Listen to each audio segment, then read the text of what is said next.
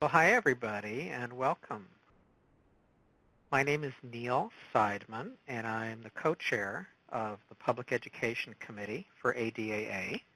That's the Anxiety and Depression Association of America. And we're really privileged to present this webinar. It's called Big Changes in Diagnostic Categories. What does it mean for me? And our presenter is Dr. Katharine Phillips. We're going to be recording the webinar, so you'll be able to see it again on the ADAA website. Now, during the webinar, go ahead and type in questions that you have. If you look at the right side of your screen, you'll see a Q&A panel, and there's a little field at the bottom of that panel. When you click inside that field, you can type in your question, then either hit your Enter key or click the icon. And I want to encourage you to type in your questions during the presentation. That way we'll get to your question in the order that it's typed in. We're going to have a Q&A period at the end of the webinar, and we'll get to just as many questions as we can. Now, before we get started, I just want to say just a bit about ADAA, the Anxiety and Depression Association of America. ADAA was started back in 1979, and today, it's the leading nonprofit organization in the field of anxiety and depression. And our mission is to improve diagnosis and promote the prevention, treatment, and cure of anxiety, depression, and stress-related disorders through education, like this webinar, through practice, and research. And our goal is to end stigma and to get the word out that these conditions are real, serious, and treatable. And I really want to encourage everybody to visit the ADAA website. It's just a wonderful resource. That's adaa.org. And remember, you can support ADAA by making a charitable donation on the website. Okay, so I'm really privileged to introduce our presenter. Dr. Katharine Phillips is Professor of Psychiatry and Human Behavior at the Warren Alpert Medical School of Brown University. She is Director of Research for Adult Psychiatry at Rhode Island Hospital. And for what's called DSM-5, that's the new diagnostic categories of mental disorders in the U.S. Dr. Phillips was chairperson for the work group on anxiety, obsessive-compulsive spectrum, post-traumatic, and dissociative disorders. So now let me turn it over to Dr. Phillips. Thank you so much, Neil. I'm really delighted to be here this evening and to have this opportunity. And thank you to everyone who's joining us this evening. As you heard, I'm going to be talking about DSM, which is short for the Diagnostic and Statistical Manual of Mental Disorders. And this is, DSM has sort of been likened to a dictionary. I mean, it contains all of the officially recognized psychiatric disorders and defines them. What are the signs and symptoms a person has to have in order to be diagnosed with a particular disorder. And also there's a description of disorders in addition to the core definition, a description of disorders such as their symptoms and does the disorder present differently in children and versus adults, the prevalence of the disorder. So that's called the text. And each disorder is accompanied by a text, which is very interesting and worth reading if you're interested in learning about any particular disorders. And plus there are some other things in DSM-5 as well. But I'm going to focus this evening on two chapters of disorders. One is the anxiety disorders, and the changes for DSM-5 were not huge for anxiety disorders, but there were some changes. And then a very interesting and very important new chapter of disorders called Obsessive-Compulsive and Related Disorders. Some of the disorders in that chapter were in were in the prior edition of DSM, which was DSM-4, and a couple of them are new to DSM. And you might ask, why is it important? Why are these definitions important? Well, I think first, psychiatrists and primary care doctors and anyone who works with patients who may present with these disorders needs to be familiar with the signs and the symptoms and how to make the diagnosis. And it's often very useful for people who have the disorders to know that they have a particular diagnosis. So many patients I see are actually kind of relieved and grateful when they're given a correct diagnosis, and they realize that, they're not the only one who has this problem. And I think most important, it helps them kind of understand their experience to some extent. And I think most importantly, perhaps, the right diagnosis can lead to the right treatment. If you don't get the right diagnosis, the treatment you get, may be probably less likely to work. So just as in the rest of medicine, you need to know how to make the diagnosis. DSM is your guide, and hopefully and ideally and often that leads to the right treatment. All right, so I'm going to be advancing my slides here. Okay. So what is DSM-5? As I mentioned, it's a classification of mental disorders that's used by clinicians in the United States and many other countries as well. And it provides a common language for patients, caregivers, and clinicians to communicate about and really to accurately diagnose every psychiatric disorder that's officially recognized by the U.S. healthcare system. And some of the disorders have changed in DSM-5. And these changes shouldn't affect your ability to find treatment or your current health insurance. And if you have any questions about the new disorders and the new definitions, ask your therapist or your doctor about, how they might apply to you and whether they may provide a more accurate way to characterize your symptoms. And there are some new disorders in DSM-5. One example, and I'll be talking about this shortly, is a disorder called Hoarding Disorder. And there are some shows on television that you may have seen about people who accumulate large amounts of items and don't want to get rid of them. They're very attached to them, and they pile up and clutter their living space to the point that the living space becomes unusable. Now, in the past, that disorder was not in DSM. And it tended to be sort of diagnosed as Obsessive-Compulsive Disorder, which I'll also be talking about, but it's pretty different from Obsessive-Compulsive Disorder. And so there's now been enough scientific research done on this disorder to merit its inclusion in DSM-5 as a separate disorder. So in some ways, the biggest change, some of the biggest changes are the new disorders that have been added to DSM-5, like Hoarding Disorder. And of course, the hope is that people who have this problem will now be better identified because the disorder is included in DSM-5. And again, we hope that leads to better treatment. Just to mention, DSM, the first edition came out in 1952, and it's been updated. There's a DSM-2 and 3, and then a revision of 3 and 4. 4 was the version prior to DSM-5, and that was published in 1994. And you might wonder, why does DSM need to be updated? Well, as scientific research is done, the field learns a lot about these disorders.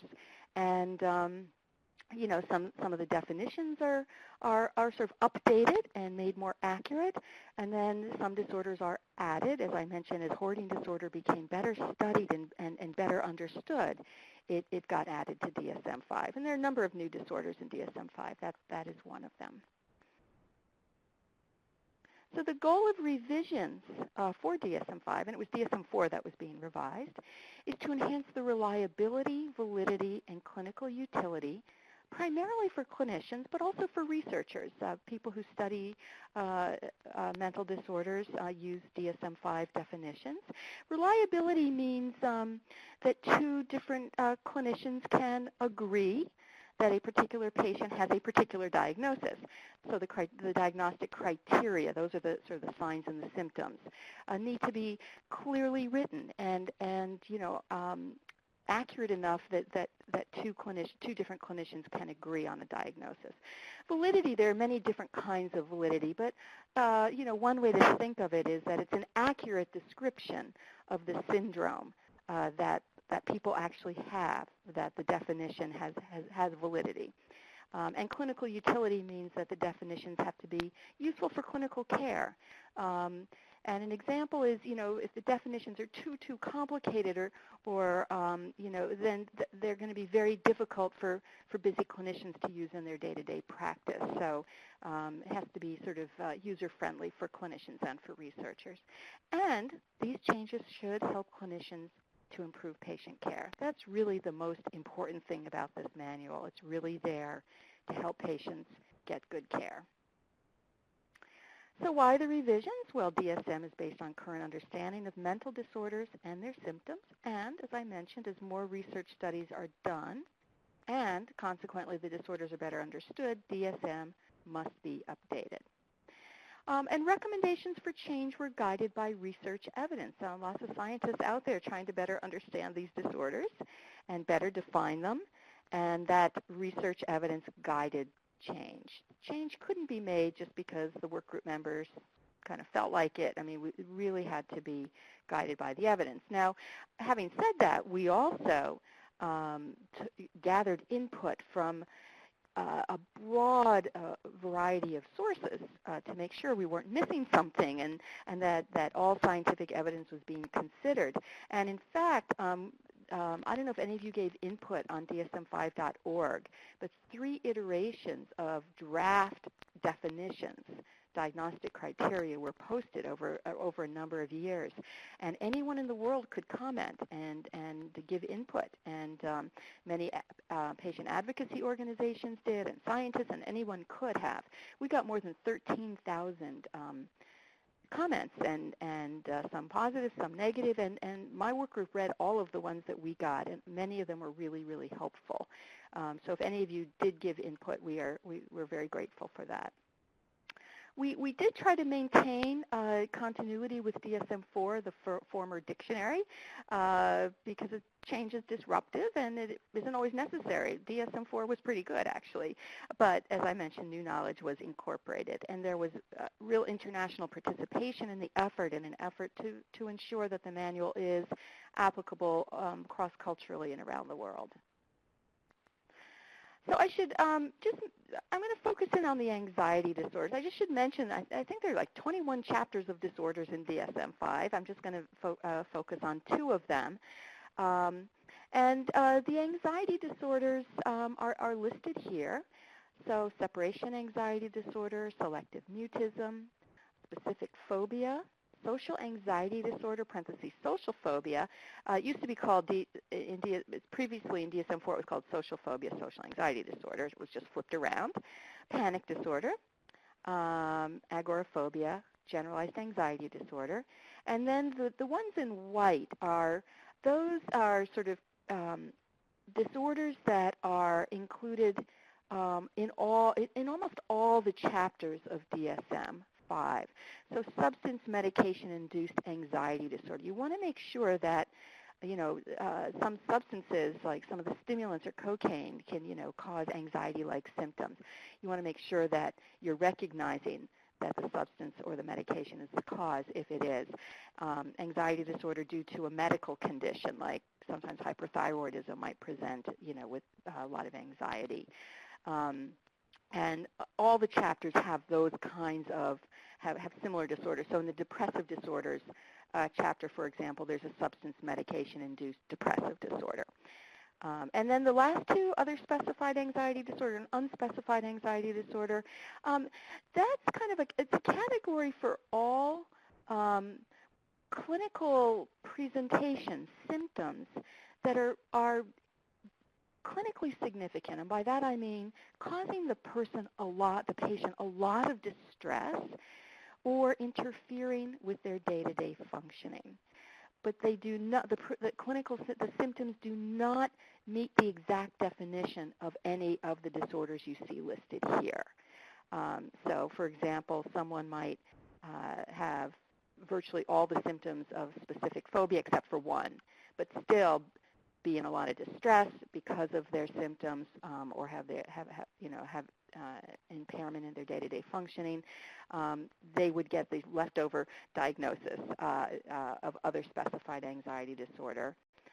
If the clinician is familiar with, knows a fair amount about the symptoms, or unspecified, you might use an emergency room, for example. Someone comes in just with a lot of anxiety, and for some reason you can't get enough information to figure out if they meet the diagnostic criteria for one of these other disorders. Obsessive-Compulsive Disorder, which I'll be talking about, was moved to a new chapter of obsessive-compulsive and related disorders. And post-traumatic stress disorder, PTSD, was moved out of anxiety into a new chapter of trauma and stressor-related disorders. So I'm not going to focus on PTSD tonight. And what I'm going to do is I'm not going to go through the individual diagnostic criteria for every disorder. It would just take too long, and I'd have to have too many slides, and the type would probably be really tiny. So I think what I'm going to do is just touch on the core feature of these disorders and focus on some of the main changes for each disorder from DSM-4. So separation anxiety disorder and selective mutism. These disorders were moved from a child-adolescent onset chapter that was present in DSM-4 to the anxiety disorders. That chapter of disorders that begin in childhood and adolescence does not exist in DSM-5 anymore. Those disorders were moved around to other chapters. And, there are a number of reasons for that. One is that there are a lot of disorders that do onset in childhood or adolescence typically, but weren't in that chapter. So it was a bit of a confusing chapter. So that was taken out of DSM-5, and disorders are moved elsewhere. And separation anxiety disorder consists of an excessive fear or anxiety about separation from attachment figures. Children, for example, who really don't want to be separated from a parent, to the point where it really causes problems for them. For example, they may not want to go to school. And what a big change for this in DSM-5 was that the criteria, the definition, was made more applicable to adults, because it's not common for adults to have this disorder, but it can occur in adults. Someone may be really anxious about being separated from their spouse, for example, and so it's important that it be that clinicians can, by looking at the definition, can see, oh, this applies to adults as well. It's not only applicable to children. And so some of the wording was changed, so it wasn't all about school, for example. It might have, I think now it includes work in some places. For example, not wanting to go to work because you don't want to be separated from, someone who's important to you. And it no longer has to begin before age 18 because, ongoing scientific research has shown that it can begin during adulthood. So these are the main changes from what was in DSM-4. Selective mutism is a consistent failure to speak in social situations despite speaking in other situations. And the definition is the same as in DSM-4. And it moved over to the anxiety disorders because a lot of people with selective mutism have a lot of social anxiety, and they're afraid of how they're going to be evaluated, and they may not say things right, and so there's a lot of overlap with social anxiety disorder, and so this disorder moved over to the anxiety disorders. Okay, the phobias: agoraphobia, social phobia, specific phobia.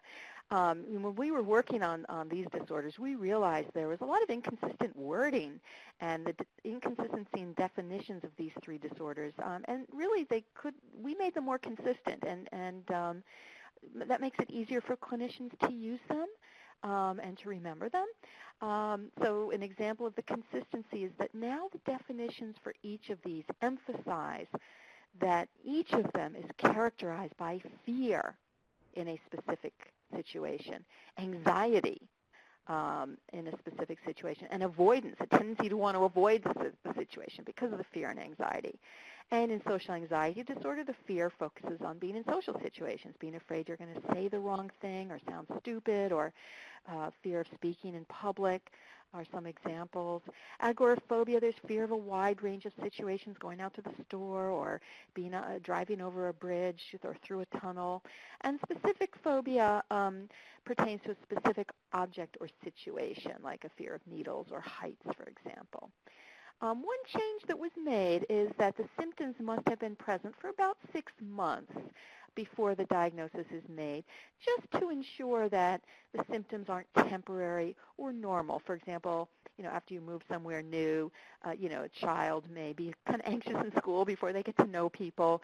And I think, we want to make sure that that the definitions are not overly inclusive, that they don't lead to overdiagnosis in people who are really sort of experiencing something that's fairly normal. And the 6-month duration helps to ensure that. I mentioned the name change, that social phobia and social anxiety disorder were flipped around. And social anxiety disorder is the name that's been used for quite a while, so DSM-5 was kind of catching up with the field, really. And social anxiety disorder and specific phobia diagnostic criteria no longer require that the patient recognizes that their fear is excessive or unreasonable. It's now the clinician's judgment. And that's kind of important because sometimes when a person with one of these disorders is in the situation, they think their fear is completely justified.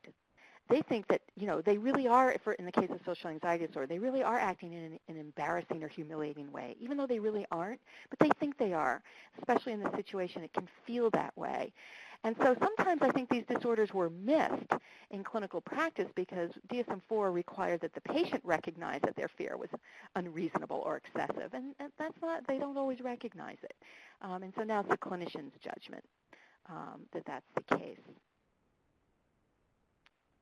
Okay, panic disorder and agoraphobia. You see over on the far left is the DSM-4 definition. It was or list of disorders, I should say. It was just really, really complicated. And so in the middle, you see DSM-5 is just so much simpler. We have panic attacks, which I'll talk about. Panic disorder. Panic attack is not a codable diagnosis, but I'll tell you about those shortly. Now there's just panic disorder and agoraphobia. And lots of evidence to support the simplification compared to DSM-4. It's going to be a little easier for clinicians. So panic attacks, are sudden attacks of anxiety. People often have a lot of physical symptoms like racing heart and shortness of breath. It comes out of the blue and very, very strong, sudden onset, abrupt surge of anxiety. I mentioned that the name was simplified. It's no longer panic disorder with agoraphobia and panic disorder without agoraphobia. It's just panic disorder, regardless of whether you have agoraphobia, which is a sort of the fear and the avoidance component. Avoiding situations because you fear you might have a panic attack in them. The new criteria clarify that panic attacks can arise from a calm or an anxious state. Some people are anxious and then they get a panic attack. Some are very calm and then it comes out of the blue. I think people used to think it had to come from a calm state, so perhaps they were under-recognized. Some culture-specific symptoms were added because it turns out that, people in different cultures can sort of experience panic attacks, the panic disorder a little bit differently and have somewhat different panic attacks and or somewhat different symptoms of panic attacks. And this is, one example of DSM really trying to be cross-culturally applicable.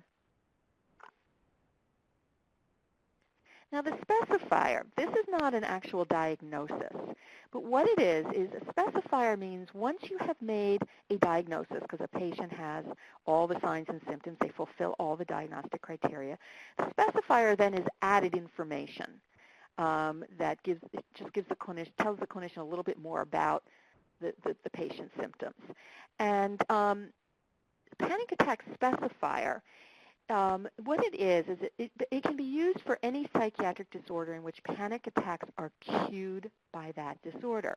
You see some examples here. So in OCD, an example is if a patient's fearful of germs and worry that they're going to get sick if they touch something that they believe is contaminated, that can actually trigger a panic attack.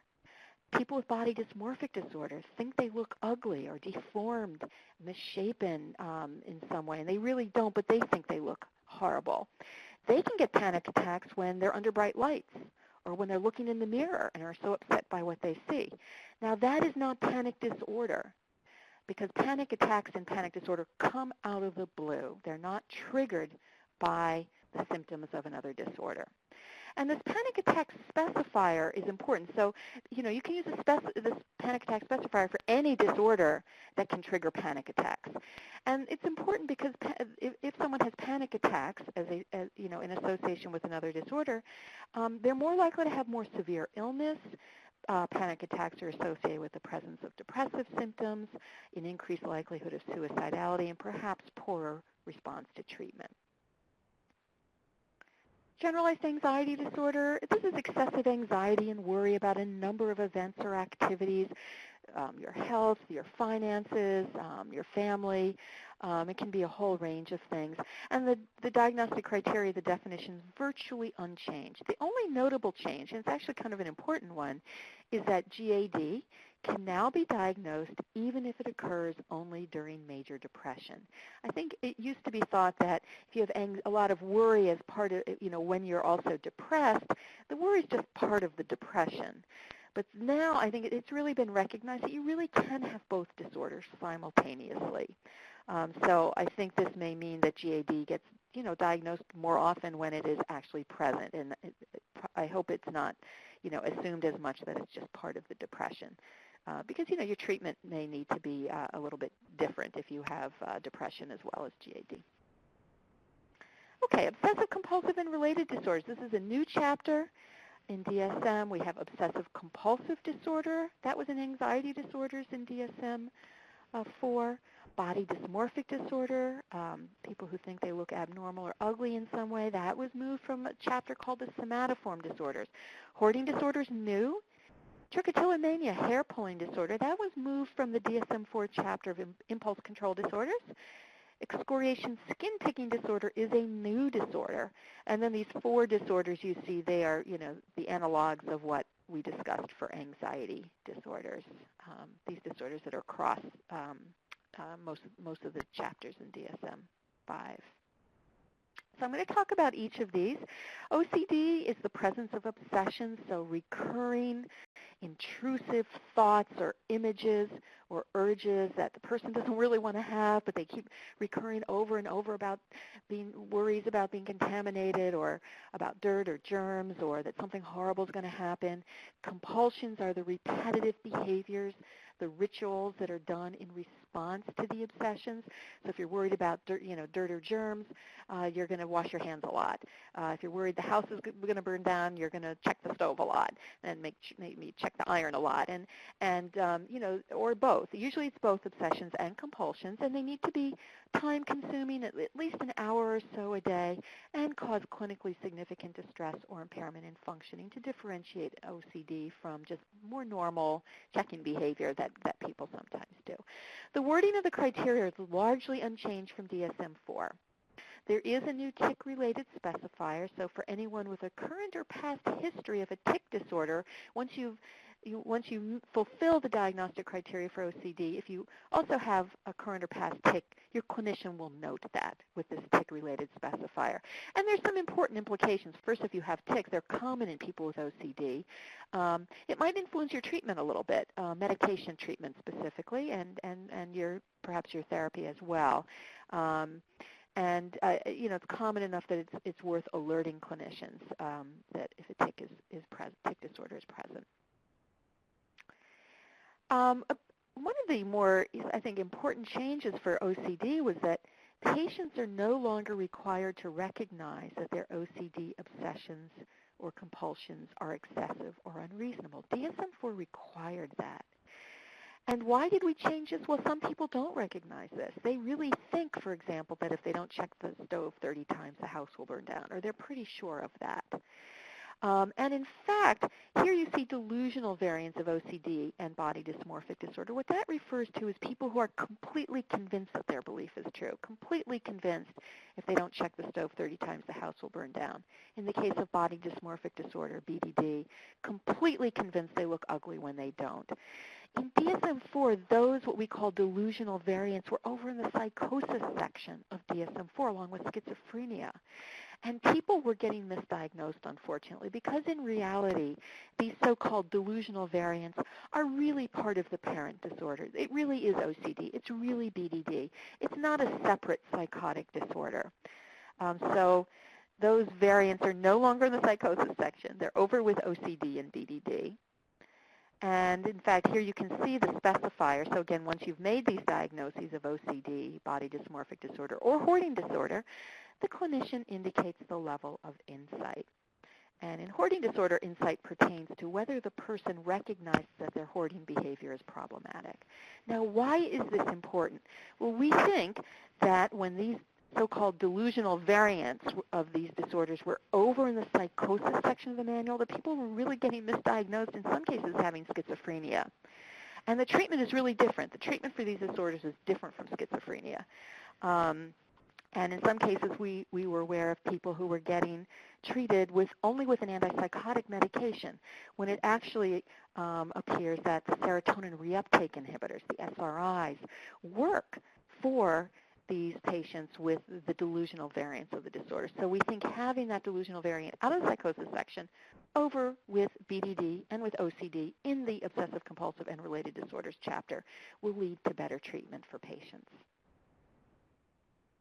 So body dysmorphic disorder, I mentioned, these are people who have distressing or impairing preoccupations with perceived appearance defects or flaws that are not observable or appear only slight to others. So these are people who really look normal, but they think they don't. And they are often obsessed with their skin, their hair, their nose. They think they have terrible acne or scarring, or they're going bald. Their nose is too big, or their face is misshapen. It can be any part of the body. And in reality, they look normal. And they obsess. And like patients with OCD, the thoughts go over and over in their head, and quite time-consuming, typically on average about 3 to 8 hours a day. And the concern has to cause clinically significant distress or impairment in functioning to differentiate it from normal appearance concerns. There is a new criterion B that requires repetitive BDD behavior, such as mirror checking, excessive grooming, comparing with others. Virtually all patients do one or more of these things. They're a lot like OCD rituals, actually. They're done in response to the appearance concerns. They typically don't help people feel very better. They're quite time-consuming. Others are compulsive skin picking, trying to make their skin look better, reassurance seeking. There's an insight specifier, as I mentioned. So if a person realizes that they really look okay, they can't help worrying that they don't, but they really recognize that they look okay, they would have good or fair insight. People with poor insight are pretty convinced they look abnormal or ugly, and those with absent insight or delusional beliefs are convinced they look abnormal or ugly. Then there's a muscle dysmorphia specifier. So once the diagnosis is given, this is new to DSM-5. The clinician notes that the muscle dysmorphia specifier is present. So this pertains usually to men who think they look too small, that their body build is too small or not muscular enough. And in reality, they look normal. And if they abuse anabolic steroids, which about 20% of them do, and these are really pretty dangerous substances that have potentially adverse psychological effects. You've probably heard of roid rage. People get depressed when they stop them, and physical effects as well that are adverse. Anyway, when this is identified, the treatment may need to be somewhat modified for these particular patients. Hoarding disorder, I mentioned, is new to DSM-5. A lot of scientific research has been done. So these individuals with this disorder have persistent difficulty discarding or parting with possessions, regardless of their actual value. And this is due to a perceived need to save the items and distress associated with discarding them. This is an important one because sometimes things pile up for various reasons. Maybe you just moved to a new apartment, or someone gave you a lot of stuff, or maybe you're too depressed to clean your place and throw things away, or people with cognitive impairment may let things pile up. So people with hoarding disorder, though, feel these objects are very important and really feel they want to hold on to them.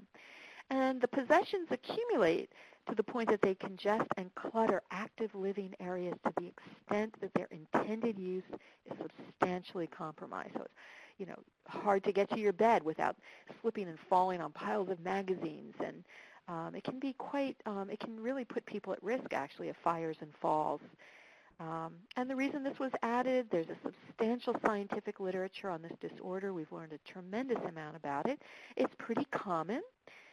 Most people with hoarding disorder do not meet criteria for obsessive-compulsive disorder, which is how it typically used to be diagnosed.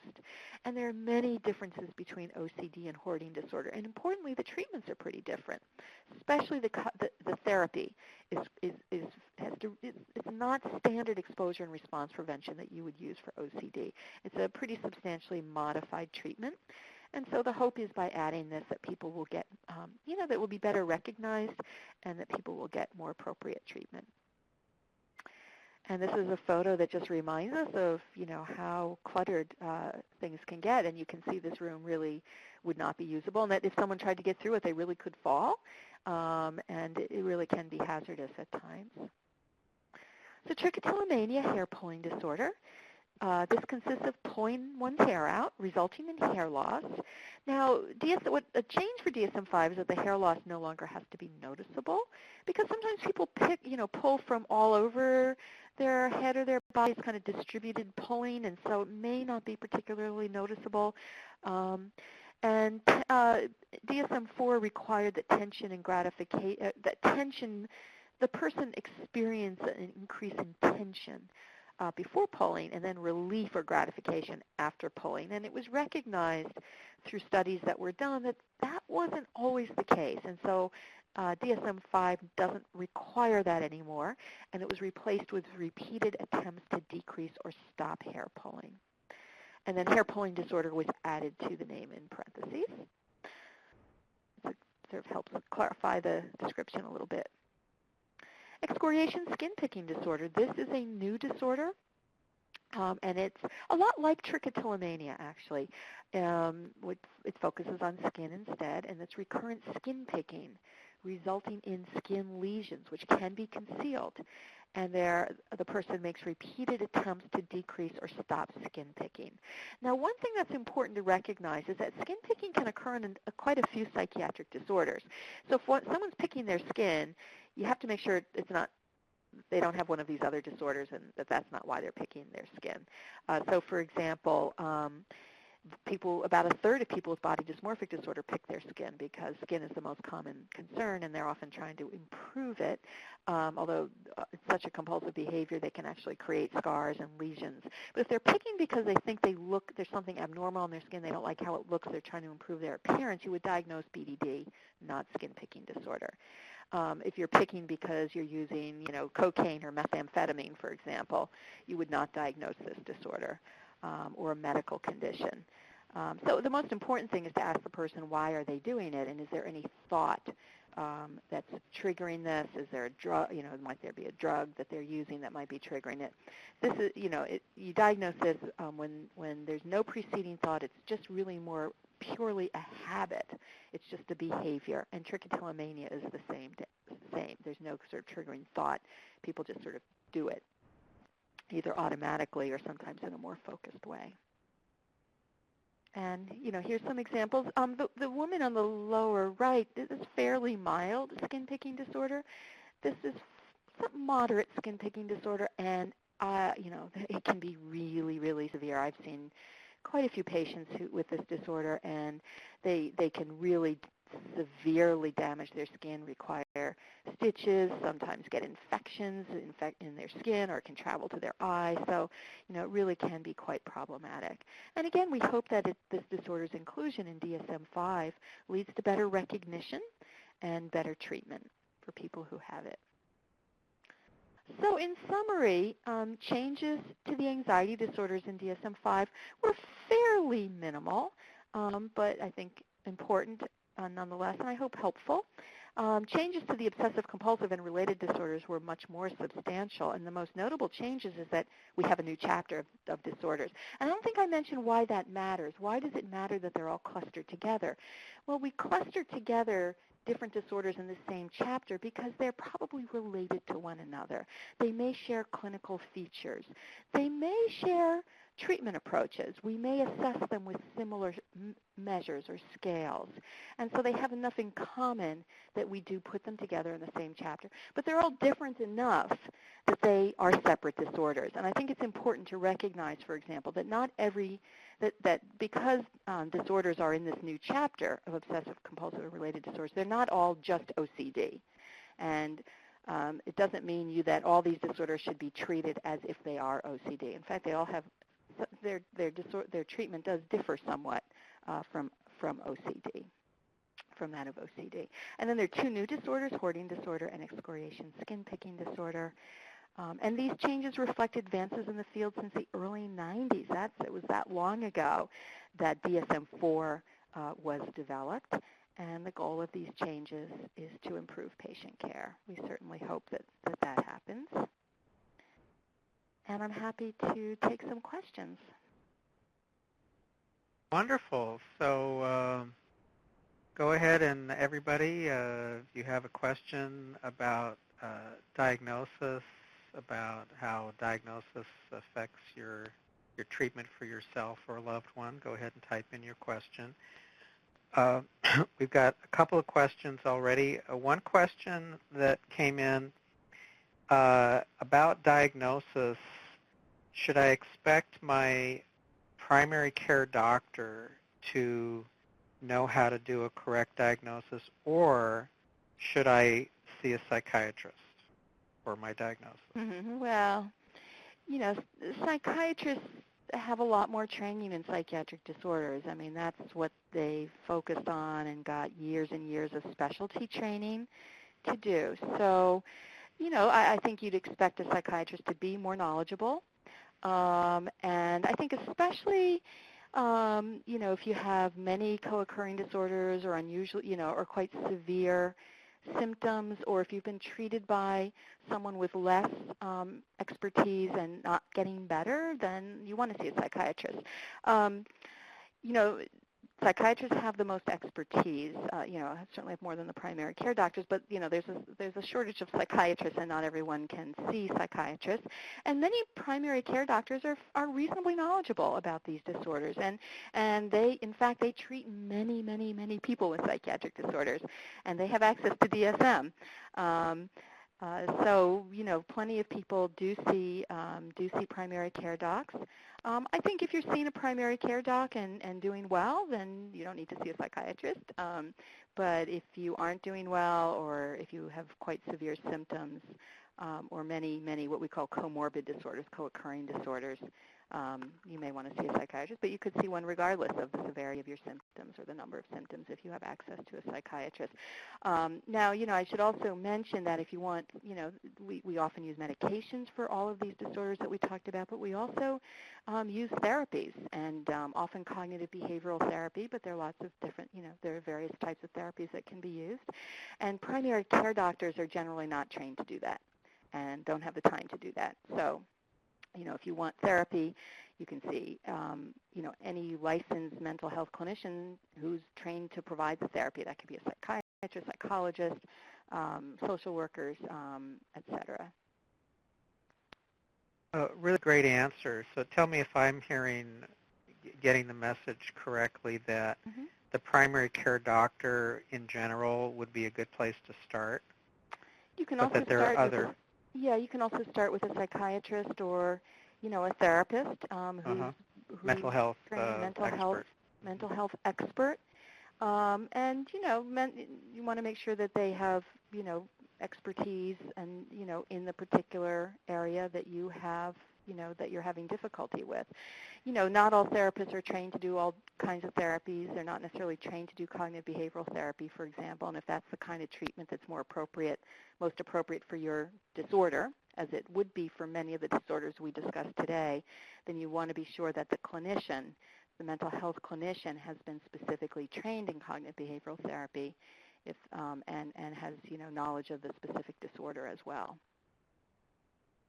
Here's a question about, looks like it's a question from a clinician.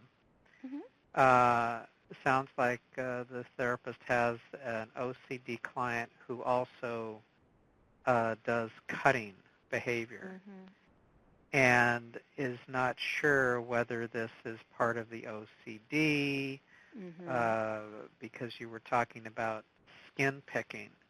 But cutting sounds different than skin picking. Yes.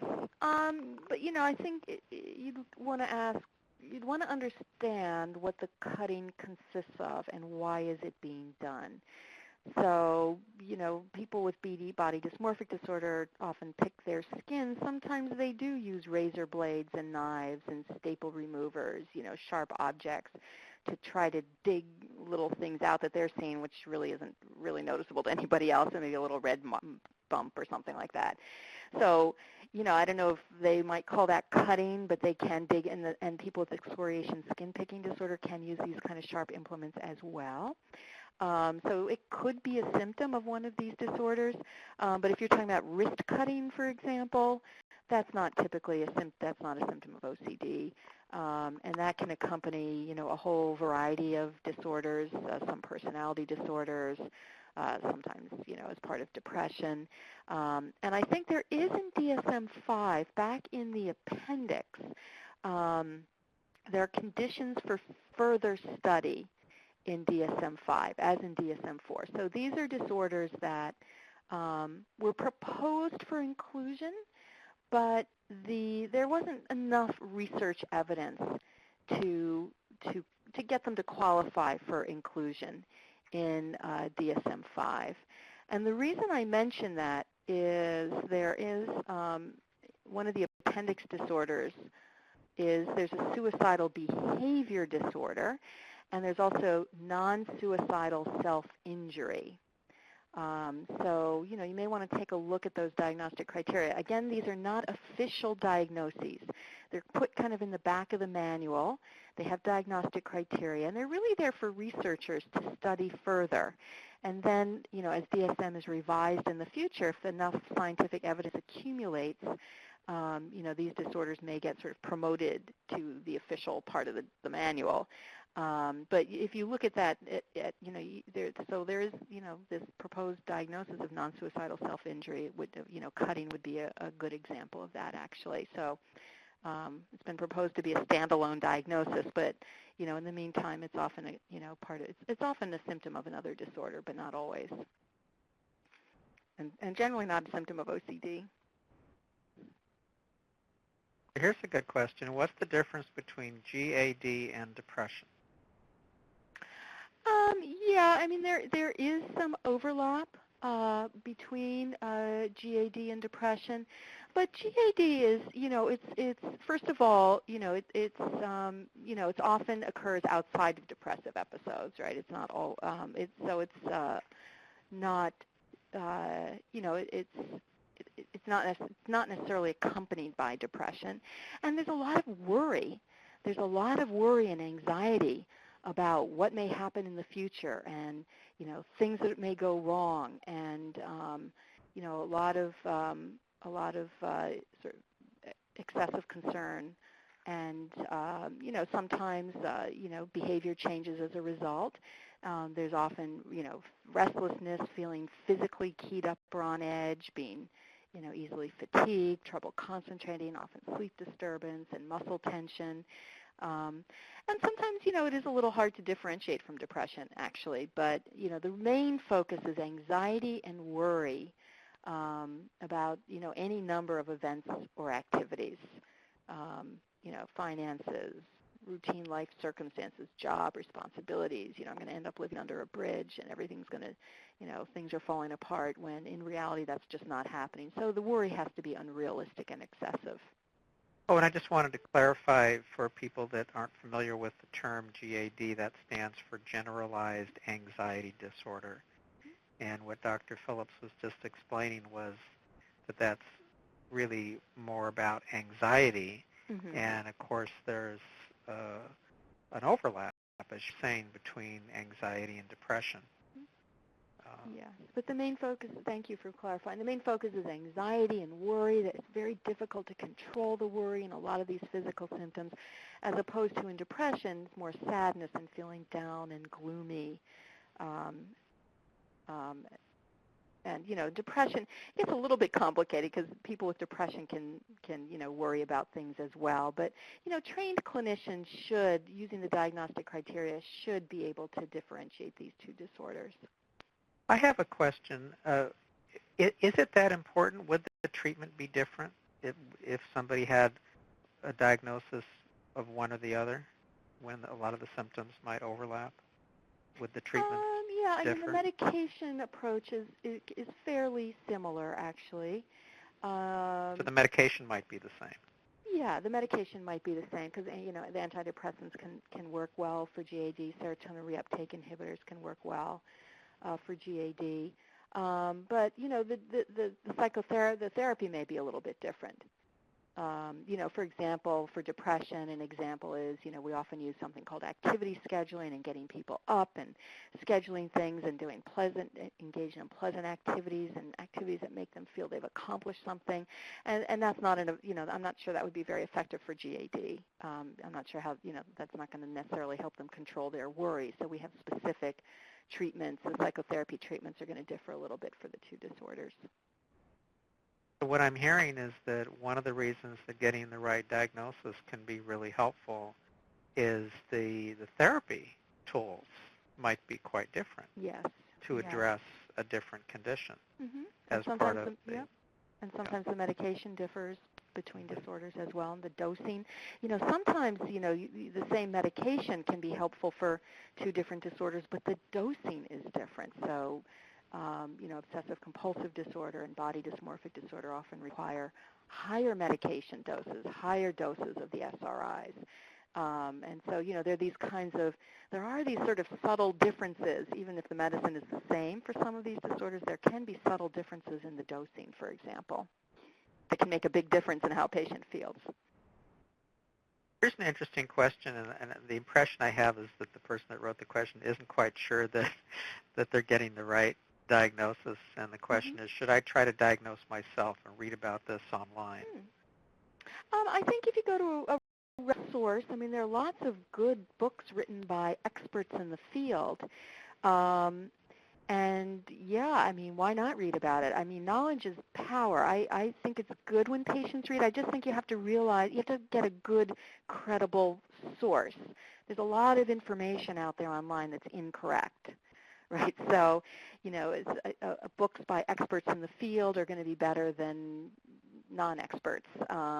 If you go to a good website, a .edu website, a website that's associated with a medical school, for example, it's probably going to be more accurate. Wikipedia has mistakes, so I think you want to choose your sources carefully, and then I would encourage you, not so much to diagnose yourself, but maybe go to your doctor and say, I was just reading about this, and here's a book I was reading, and I really recognize myself.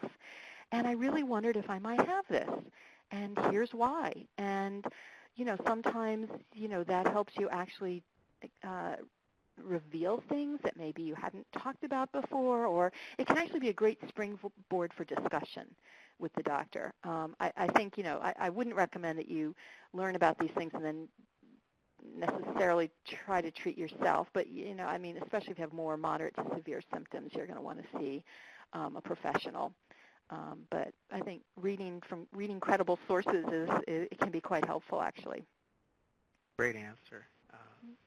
I just wanted to add a personal note in my own recovery from anxiety disorder. A particular diagnosis I got years ago was panic disorder and agoraphobia, and at the time it didn't seem important to have a diagnosis. What does that mean, having a label?